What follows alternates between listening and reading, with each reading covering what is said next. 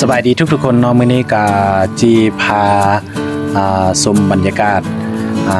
การเดินทางเนาะจากบ้านห้วยเสยไปสู่บ้านดอนงิ้วเนาะเส้นทางนี้ก็เป็นเส้นทางใช้เฉพาะสำหรับบ้านสู่บ้านเนาะก็คือว่าเป็นเส้นทางลักของ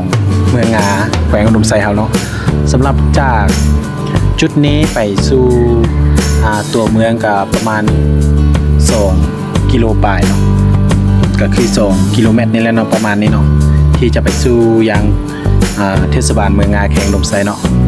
ที่นี่ก็จะเป็นอยู่เขตจุดบ้านห้วยเสยเนาะตอนนี้เนาะที่เฮาขี่รถไปนี่ก็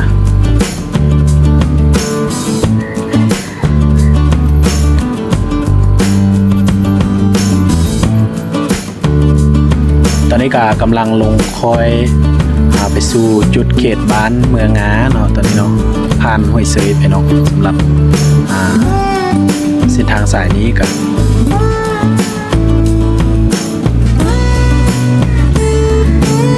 ็ถือว่าเป็นเส้นทางดินแดงผสมผสานกับปูยางเนาะปูยางก็แต่โดนแล้วเนาะพี่น้องก็ถือว่าบ่มีการบูรณะหรือว่ามีการซ่อมแซมคืนมาสำหรับการปูยางก็แต่ว่ามีการอัดแน่นหน้าทางเนาะคืนช่วงก่อนหน้านี้เนาะก็ถือว่ายังไปได้มาได้อยู่เนาะสำหรับการเดินทางนี่ก็ถือว่ายังโอเคอยู่เนาะสำหรับเส้นทางนี้ก็แต่ว่ายังมีขี้ฝุ่นในนึงเนาะสำหรับช่วงนี้ก็พี่น้องเบิ่งอยู่ตามแคมทางก็อาจจะฮู้เนาะเขตว่าจะเป็นต้นดอกไม้หรือว่าจะเป็นหัวของพี่น้องประชาชนเฮาอยู่เขตนี้เนาะตอนนี้ก็เป็นบ้านเมืองงาเนาะสำหรับอยู่จุดนี้ก็ที่เฮาผ่านมานี่ก็ถือว่าจะเป็นบ้านเมืองงาเนาะ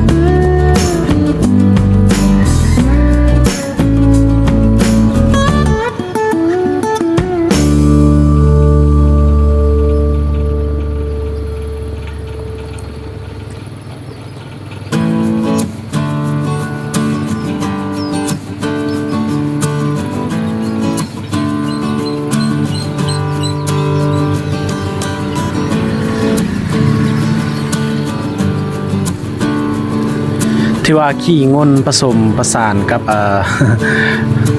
เส้นทางนี้ก็ที่ว่ามีขี่งนผสมประสานไปเลยเนาะพี่น้อง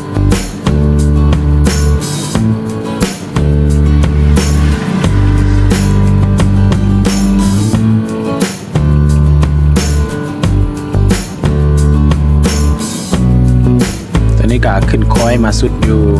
เขตนี้ก็จะแนมเห็นเส้นทางรถไฟลาวจีนเนาะอยู่ด้านหน้าของนั้นเนาะคือเป็นเส้นทางรถไฟลาวจีนที่จะก้าวสู่สถานีเมืองงาเนาะพี่น้องทางด้านนี้ก็ทางกำซ้ายนี่ก็จะเป็นสายน้ำงาเนาะเขียวกับจีเนาะตอนนี้ก็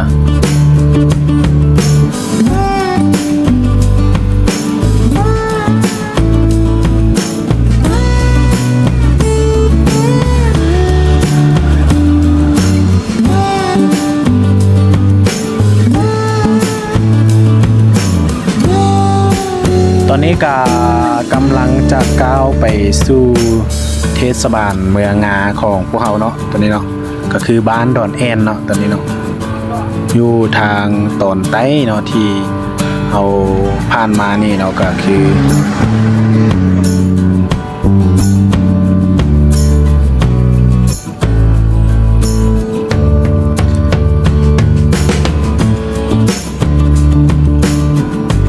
อันนี้ก็ถือว่า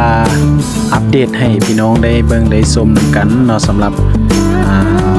ปัจจุบันนี้เนาะมาเฮือนซานบ้านซองของพี่น้องชาวเมืองงาของพวกเราเป็นจังไดแล้วก็ถนนหนทางการไปกันมาของชาวเมืองงาเฮาเป็นจังไดเนาะอยู่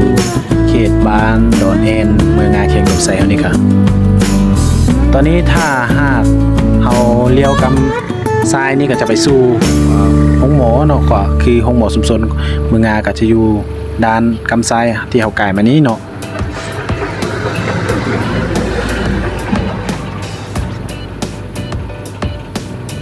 ต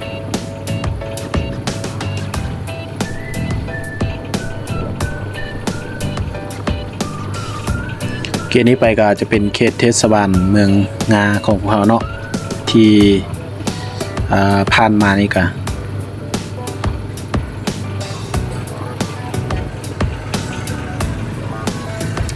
เส้นทางนี้ก็จะไปสู่สถานีรถไฟลาวจีนเนาะทางกำขัวที่ผ่านมาเนาะ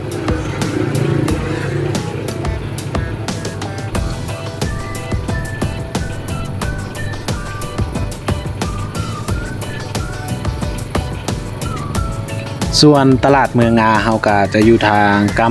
ำซ้ายมือเนาะก็คือทางด้านหน้าเฮานี่เองเนาะทางด้านนี้เนาะก็คือเป็นตลาดเมืองงาของเราเนาะคือเป็นตลาดตอนเช้าตอนแล้งเนาะก็มีอยู่ยามเนาะที่จะมาขายอยู่จุดนี้ก็ที่ว่าบอนนี่ก็คือว่าจุดสี่แยกไงเนาะทางแยกเนาะสำหรับจะขี่เลี้ยวไปทางกำซ้ายออกไปพุ่นก็จะไปสู่ทางโรงเรียนมโสเมืองงาเนาะถ้าเลี้ยวกำขัวที่เฮาพามานี่ก็จะไปสู่ทางเทศบาล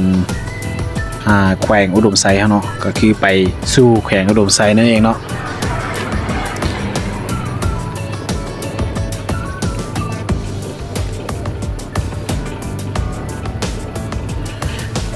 ตอนนี้ก็จะไปสู่เขตบ้านดอนงิ้วเนาะก็คือเฮาผ่านมันนี่ก็มี4หมู่บ้านเนาะที่เฮาผ่านมาเนาะก็คือห้วยเซยแล้วก็เมืองงาแล้วก็ดอนแอนแล้วก็ดอนงิ้วเนาะที่ว่าเป็น4หมู่บ้านเนาะที่เฮาผ่านมานี่ก็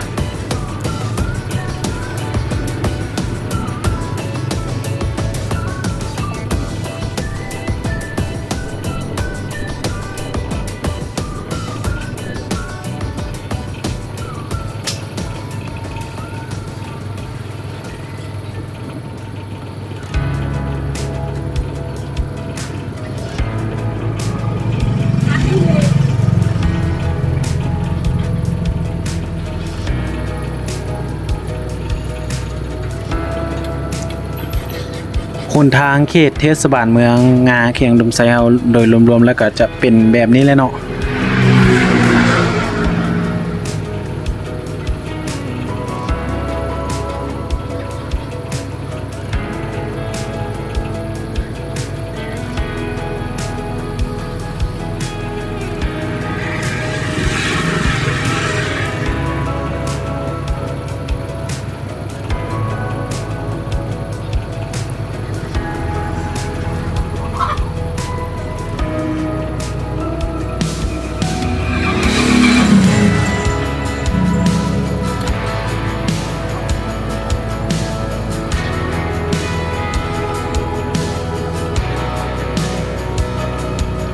จุดนี้ก็ยังเป็นเขตจุดบ้านดอนงิ้วเนาะถือว่าบ้านดอนงิ้วนี่ก็ถือว่ายาวขนาดเนาะก็รวมออกประมาณ2 กว่ากิโลเนาะก็คือว่า2 ลักเนาะเป็นบ้านที่ยาวเงียบตามหลวงทางเนาะก็คือเส้นทางหลวงที่เราจะเดินไปสู่ยังแขวงอุดมไซเนาะ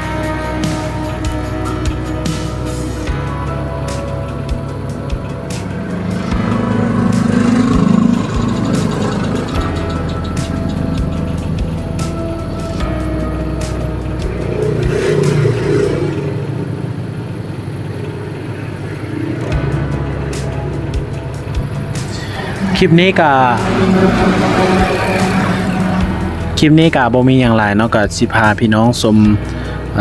บรรยากาศแล้วก็เส้นทาง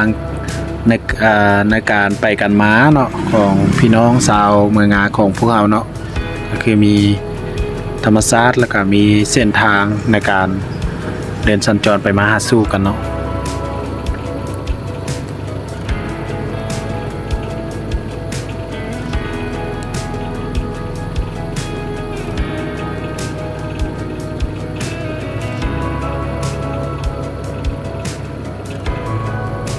ค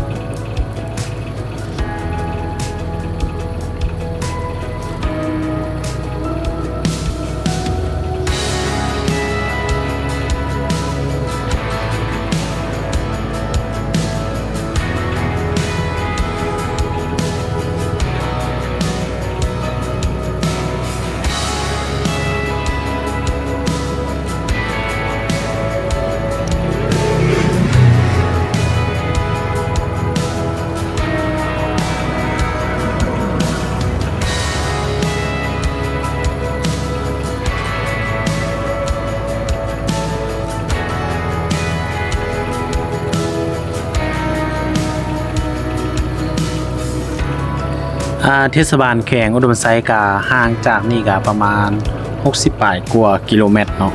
ที่จะไปฮอดไปถึงเส้นทางนี่ก็เป็นเส้นทางสายหลักเนาะที่เราจะเดินทางไปยังแขวงอุดมไซเนาะสำหรับในการเดินทางด้วยพาหนะบ่ว่าจะเป็นรถจักรรถใหญ่เนาะก็ที่ว่าใช้เส้นทางนี้เนาะ